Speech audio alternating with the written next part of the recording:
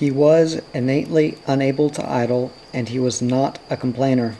So when he was no longer able to go to the farm every day, he turned to reading and letter writing as if from a thirst to be quenched. He wrote many letters. His style was formal in an old-fashioned way, simple, dignified, and brief, with an undercurrent of humor.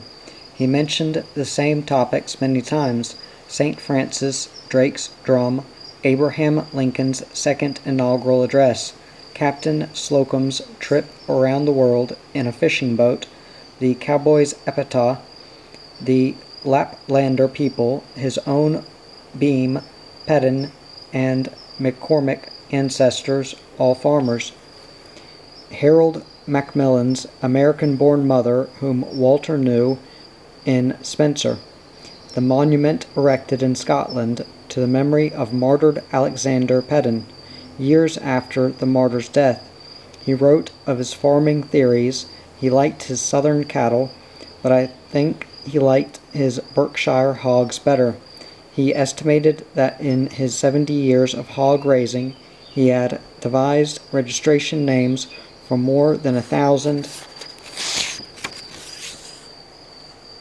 purebred Berkshires, and this, he said, was the hardest part of the hog business. He kept books of hog records and accounts and worked at them without diminishing interest. He laughed when I wrote him, "Give our love to the hogs." In conversation he often told the same stories he had mentioned in his letters. His longer stories, of course, he preferred to tell rather than to write. When he asked, "Did I ever tell you about Barry, the insane horse we had?" I always said no, so he would tell it again. He told of the East Boys traders, of Boone's Cave in Spencer, of homesick old Peter Abernathy, of the time little Tom Thumb came to Spencer with the circus, of 500 Indians passing through Spencer one Christmas day, sadly leaving their homeland, of the time Morgan the Raider came almost to nearby Bloomington. He told about his farming ancestors and how they came to Owen County in the pioneer conditions of 1816. He was proud of them by the time he had become Grandpa Plus, and I was writing a farm column for 2 city newspapers. He was proud of me too, and affectionately considered me one of his relatives. He often addressed his envelopes to me by my column name, Miss RFT, and usually began the letter in his lovely old-fashioned formal courtesy. "I wish to congratulate you on your column of, or thinking it may have escaped your notice, I hand you," and often ended the letter with what he believed to be an Irish greeting, "More power to your pen." His compliments were appropriate to the season. In March he wrote, "Getting a letter from you is like a breeze from Florida in winter," and in June, "A letter from you is like a bottle of whiskey to a Kentucky colonel." One compliment he repeated many times in different seasons: "I still think of you as the modern Harriet Beecher Stowe." I know of no greater compliment than that. The reason he considered this the greatest possible compliment was that in his intense interest in the Civil War and everything concerned with it, including his relatives who had served in it, he regarded Miss Stowe as the only woman writer worth not noting. In his middle-aged, busy farming years, however, he had read and greatly admired a column written by the county contributor, Miss Juliet V. Strauss of Rockville, Indiana, for the Indianapolis News. In a gently teasing way, he explained his choice of nom de plume. These literary people seem to need a name to write under to be in style. I have chosen Grandpa Plus, as you may have noticed. I feel some distinction in this, as there are but few writers 90 years of age. Writing a letter to a person he did not know but admired, or for whom he had some pertinent message, was a kind of adventure for him. He said in one letter, "I have always measured my ability to write an interesting letter by whether or not I received a reply. I've received agreeable replies from such people as Bruce Canton, to whom he had offered a slight correction in description of a church which Mr.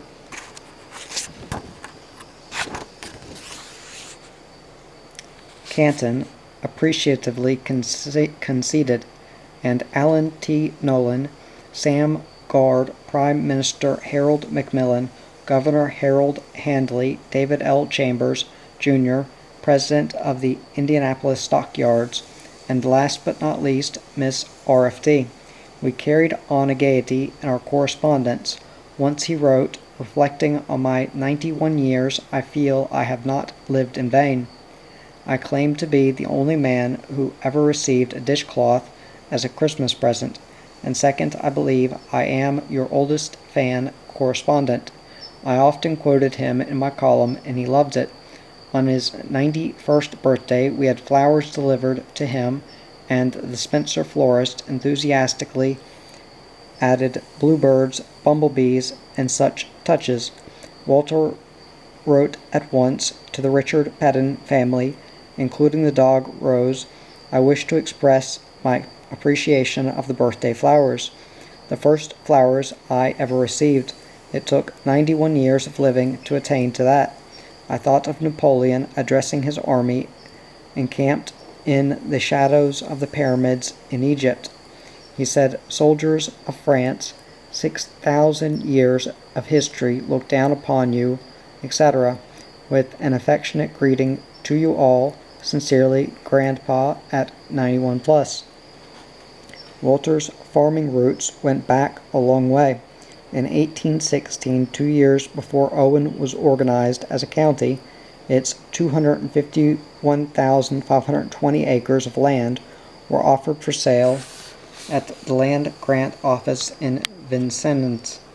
Among the men filing land claims in September of that year were the two men destined to become the great-grandfathers of Walter Peden, 51 years later.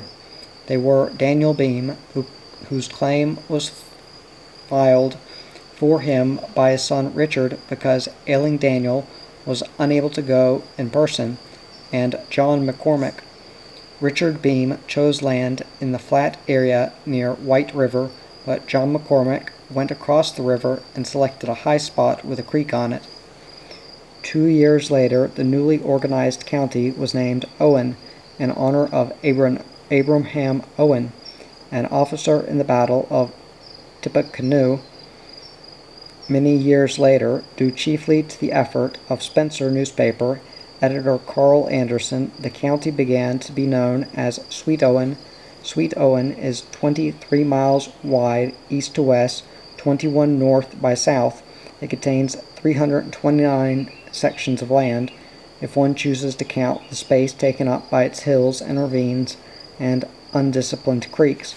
It has always been considered a beautiful landscape. Its two rivers, Eel and White, are fed principally by McCormick's, White's, Big and Little Raccoons, Fall, Mill, Rattlesnake, Fish, Sandlick, 6 Mile, and Jordan Creeks, the last locally known as Jordan. Geographers like to say the white settlers were the third people to live there, that the land was probably first inhabited by prehistoric people who have left mounds and burying grounds as evidence of their use of the land. Indians of the Delaware, Eel River, Miami, and Potawatomi tribes next claimed the territory and gave way reluctantly before the relentlessly incoming white settlers. Captain David Beam, writing years later about the hard times the early settlers had in conflict with Indians, wrote that the Delawares, Miami, and Eel River Indians, when they attacked, were mostly satisfied to plunder, but the Potawatomis were more murderous and bloodthirsty. One fact seldom mentioned is that the Indians, like all landowners, loved their land, needed it, and wanted to keep it. The white settlers were invaders, whether they bought the land or took it by force. Their use of the land and the Indians' use of it were inimical. As any farmer knows, land is a basic need of mankind, and many wars have been fought to get or to hold it, whether the invaders are white settlers from a far-off country, or new and dangerous influences and social demands of an increasing society within his own country. If it requires his land, the owner will fight for it in whatever way he can fight. In one letter, Walter wrote sympathetically, by the terms of a so-called treaty of 1810, the Indians had ceded all the land east of the Wabash River to the white settlers. The Indians, loath to leave their native land, lingered on until the late autumn of 1817. In the summer of 1816, the Indiana Territory contracted with the militia and organized frontiersmen to drive the Indians beyond the Wabash. Of course, driving the Indians consisted in killing any Indians found east of the Wabash. Sad to relate, 3 of my grandfather's brothers were in this drive. The Indians had planted a small plot of ground corn in the spring of 1816, right where Dr. Bellis, father of Nellie Bellis Macmillan, is buried in Riverside Cemetery. My grandfather Beam's family, having entered a claim for this land in September 1816, fell heir to the Indians' abandoned corn. The Beam family harvested it, made cornmeal of the grain. Grandmother Mary Neely Beam boiled the cobs in a pot hung over the fireplace and wintered the cow on boiled corn cobs. It would have been a hard winter for the Beams without the Indians' little corn patch. Years later, the site of the Beams' first cabin had become a part of the Riverside Cemetery. The stones of the fireplace over which Grandmother Beam boiled the cobs were still visible in the cemetery. Walter liked to add, as in that letter, so although Purdue University did not learn of the value of corn cobs in a cattle ration until 1946, Grandmother Beam knew it 130 years earlier. My grandfather once pointed out to me the very spot where, the next spring, 1817, he and his brother planted the first grains of hard flint corn ever planted by white men in Owen County. On May 14th and 15th, the county developed, the Beams survived the hard winter, prospered, and increased. Daniel Beam's funeral in 1819 was the first in the county. He was buried on a part of his own land, which he had given for a cemetery.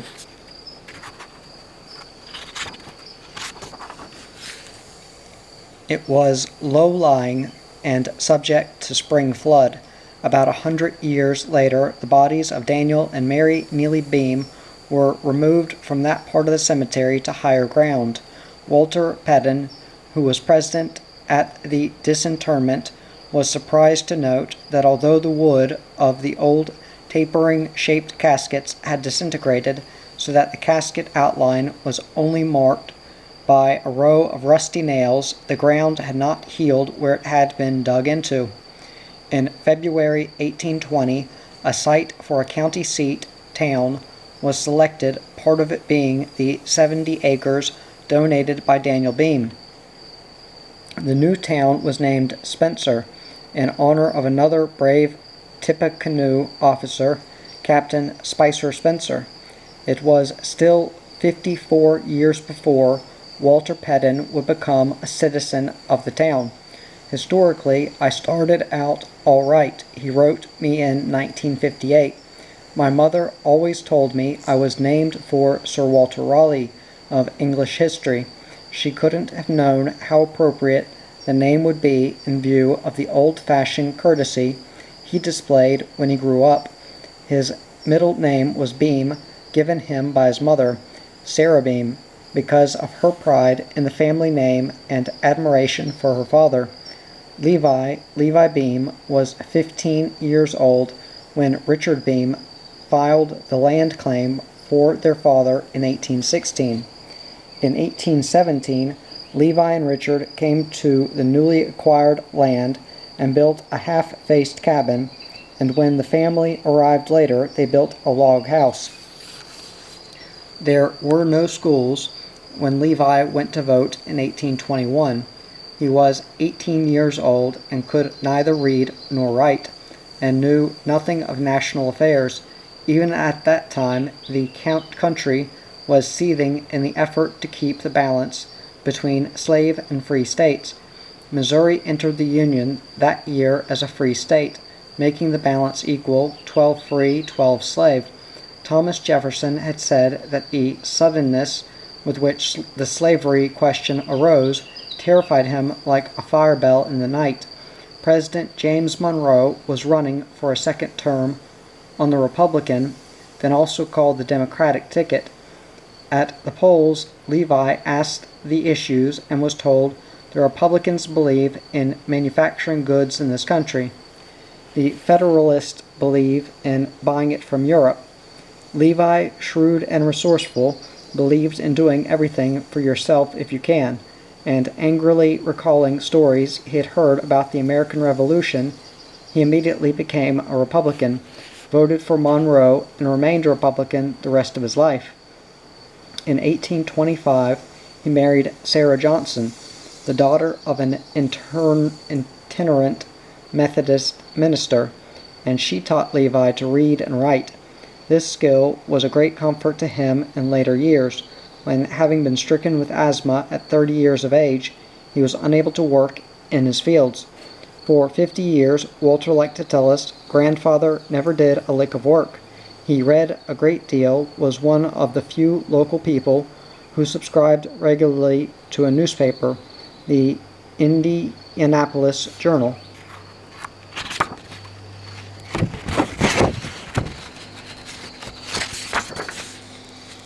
But even though he could not work in the fields, he was a good farmer. He hired men to work for him for 50 cents a day. His sons worked for him, but he never allowed his daughters to do any farm work. He had 10 children of his own and adopted 4 more. He raised corn, wheat, rye, and Walter would say, pointing and emphasizing finger at his audience, never harvested a crop. He let the hogs and cattle do it for him. They could do it more profitably, he claimed, and they improved the soil more than the harvesting machinery would.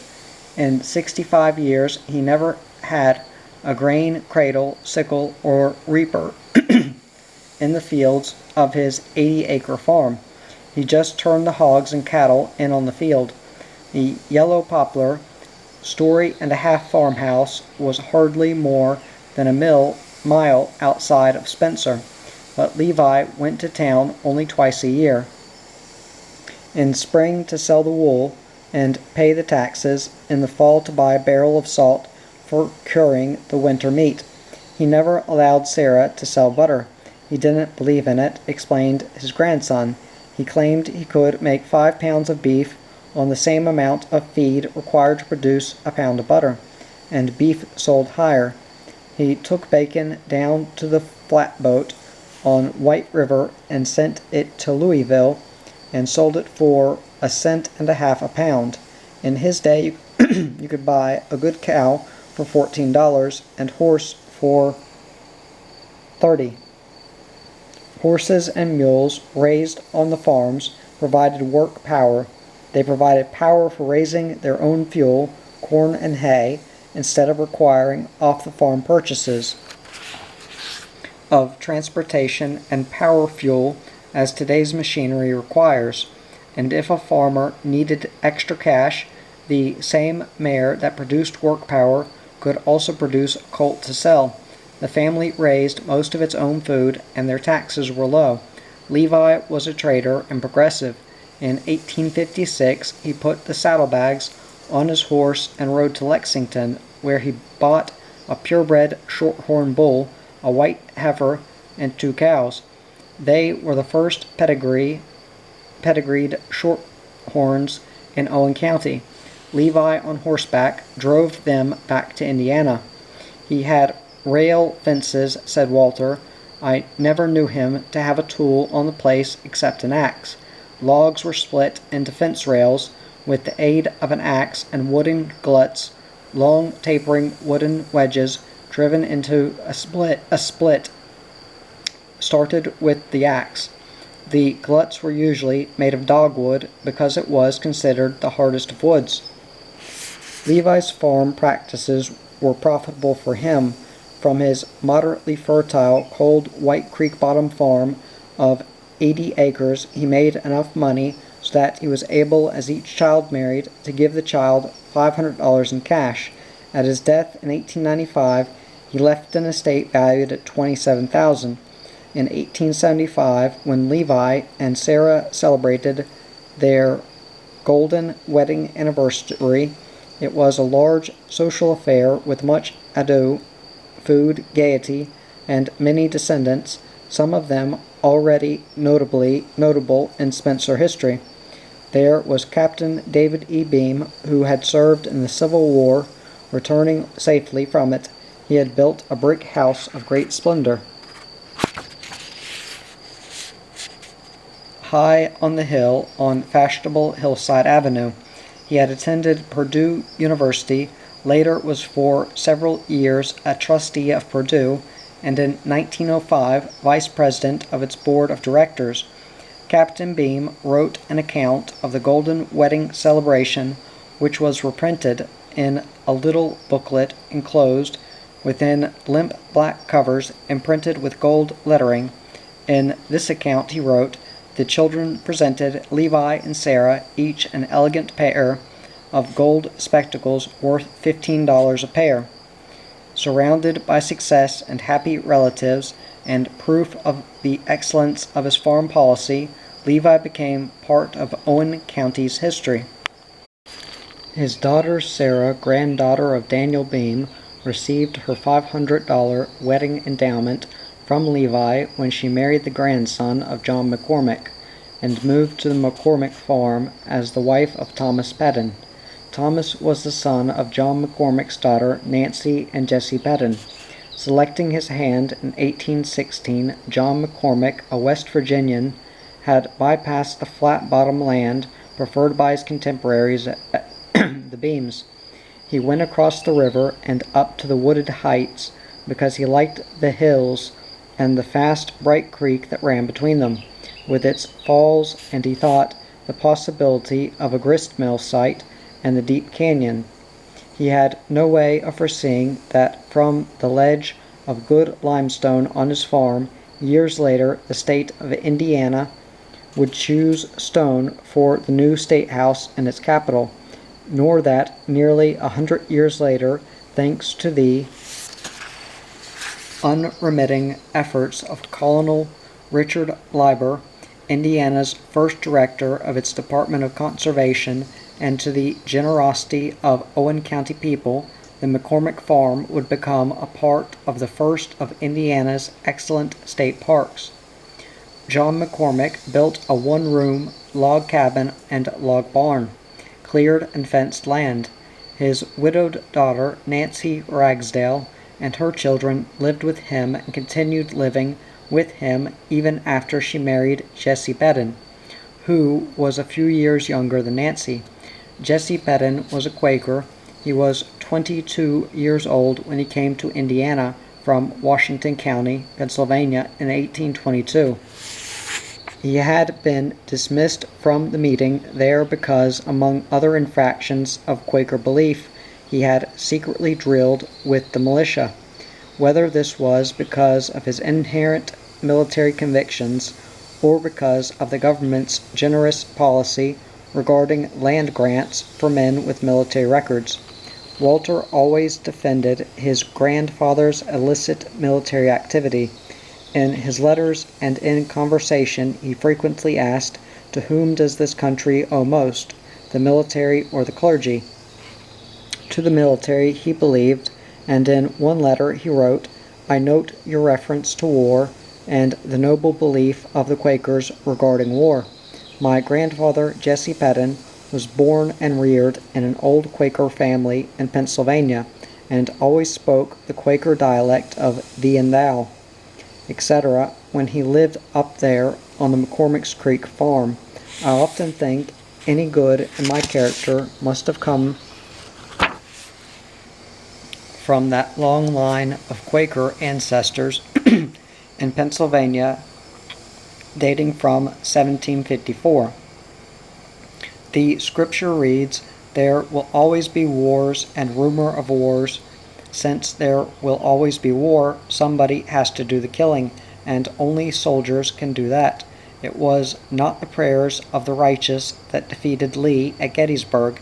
It was the powder and lead and blood of 30,000 Union soldiers that did that." Nancy and Jesse's two children were Margaret, Amanda, and Thomas, the future father of Walter. Jesse built a 3-room house with a stone basement and stone entryway there too. He helped his father-in-law fence more land until they had around 600 acres enclosed by rail fences. Grandfather often spoke of the gloom of the forest. Walter said years later, in 1830, the year his son Thomas was born, Jesse planted an orchard of plum, apple, and Kiefer pear trees. The orchardist adage that he who plants pears plants for his heirs was there attested. When the pear trees were nearly 130 years old, and Jesse Peden's lively little grandson, Walter, had become an old man calling himself Grandpa 90 plus, a reporter came down to Spencer from the Indianapolis Star and took Walter out to the old farm, which had become a park by that time. The reporter took a photograph of 92-year-old Walter pointing to one of his grandfather's Kiefer pear trees, which that April morning was blooming abundantly and preparing to bear a good harvest in September. At the McCormick's Creek farm, Nancy Peden made butter and gathered eggs and took them down to sell in the little town 3 miles east of the farm. She got 3 cents a dozen for eggs, 10 cents a pound for butter. She did not go to town often, but when she was there she made some purchases at the Parks and More General Store. Her purchases in the store's daybook for one October day in 1839 included pair of spectacles, 50 cents, and 2 ounces indigo and madder, 37.5 cents. Walter told me in April, when White River was swollen and high enough to float boats, there were hucksters, flatboats that came to a river bend near Spencer and tied up there. They chose this place because it was near a flowing spring, and of course the boatmen didn't want to drink the muddy White River water. Farm women like my grandmother, Nancy Peden, saved their eggs through the late winter and brought them down to the flatboats to sell.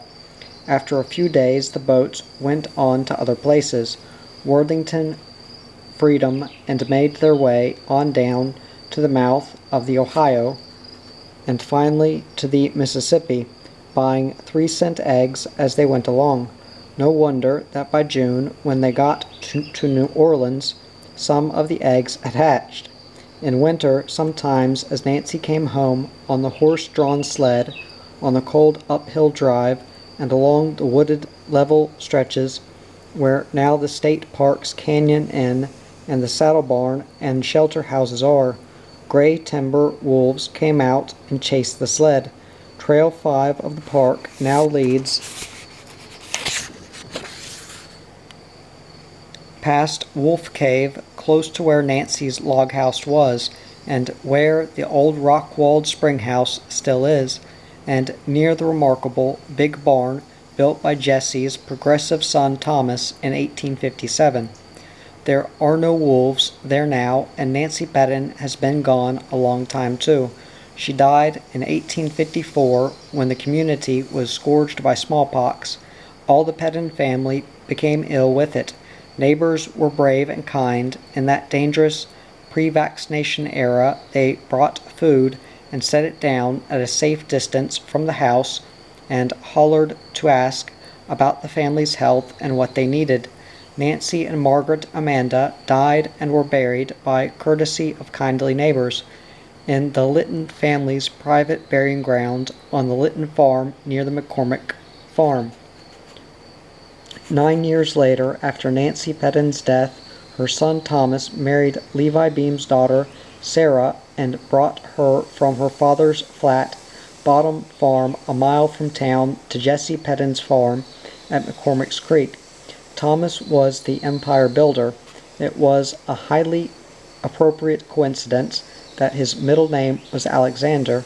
His talents were varied, his energy boundless, his judgment was good, and he had imagination. At the height of his career, he owned Rosebud Farm, one of 100 acres, a mile south of Spencer, Rattlesnake Creek Farm of 268 acres, including 150 acres of fertile creek bottom fields 3 miles west of town, Pottersville Farm of 350 acres of White River bottom land, and the McCormick's Creek Farm of around 1,000 acres. He was the Peden in the Beam Peden Bank in Spencer. The Beam was Captain David Beam. Thomas had a meat packing business on Porkhouse Hill. In his lifetime he made $150,000 buying and selling sheep and cattle. On a stock buying trip, he rode horseback so that he could drive the stock home with him right then. In the autumn of 1848, when he was 18 years old, he enrolled at Indiana University in Bloomington, 16 miles southeast of his father's McCormick's Creek Farm home. There were 20 freshmen attending IU that year. He could not afford to pay room and board away from home all week, so he came home on Friday evening and returned to Bloomington on Monday morning. Every Friday afternoon during that college year, Jesse saddled 2 horses and rode out toward Bloomington to meet his student son who had started walking home. And on Monday morning, when they had ridden halfway to Bloomington, Jesse brought the 2 horses back to the farm. After 1 year in college, Thomas began his real career, farming. In 1857, he built a large new barn, which is still standing. In 1861, at the 7th Owen County Fair, his exhibit at Jesse's Apples won as first prize an engraved silver cup, which Walter's little boys many years later played with until they broke off the handle. Thomas plowed the fields and tended and increased the livestock, bought more land, and planted corn. By that time, farmers had improved the seed corn considerably.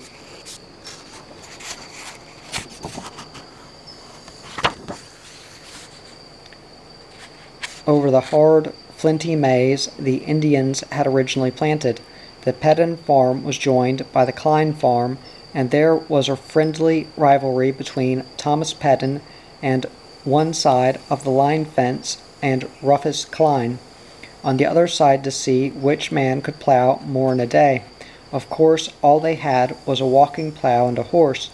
Walter said, telling this story, which he particularly liked to tell, on every row they had to walk down all the way across the field on one side of a row and come back on the other side of the row, just one row at a time. They both got up early and stayed late in the fields, and of course the last thing each man did when he left his field was to look and see how far the other had got that day. Walter liked this story because it was flavored with Civil War history, of which he seemed never to tire. Both Jesse Peden and Thomas were ardent supporters of Old Abe, he explained, but neighbor Klein was a Southern sympathizer and secretly belonged to the Knights of the Golden Circle, but they were good neighbors, and the plowing rivalry was friendly. In corn planting time in 1863, word reached the neighborhood that Morgan the Raider, John Hunt Morgan, was getting through the Midwestern states, including Indiana, and had already raided the southern counties. He had come as far as Salem, the report said, and there the frightened people gave way and let him come on through. Word received by Owen County farmers was that Morgan was coming into Bloomington and the county adjoining Owen. This word delighted Rufus Klein, who decided secretly to go to Bloomington and offer what help he could. Unfortunately for Rufus's plans, the word got around to Governor Morton as well as to the sympathetic knights and the farmers of Owen County, and Governor Morton sent down a trainload of soldiers to Bloomington to deal with Morgan and his terrible men. Morgan, also a smart listener with his ear to the grapevine, learned of the governor's coup and pulled one himself by changing his route and bypassing Bloomington. Rufus did not learn of this change in time. He got on his horse at night and rode on to Bloomington, and when he saw the trainload of soldiers get off at Bloomington, he decided to go home. It was late then, Walter explained, and Rufus was afraid that anybody meeting him on horseback along the road at that late hour might ask embarrassing questions. So when he got back as far as his farm, he just hitched his horse to the plow and finished plowing his cornfield. When Thomas came the next morning to start plowing, he saw that Rufus's field was done, and he asked his neighbor what time he had finished it. Rufus hedged and hummed and said he did start pretty early, but he wouldn't tell exactly when. It was years before he admitted the whole story. In 1874, the town was 54 years old. Thomas was accumulating land, livestock, and prestige. An era was beginning in which successful farmers liked to move into town.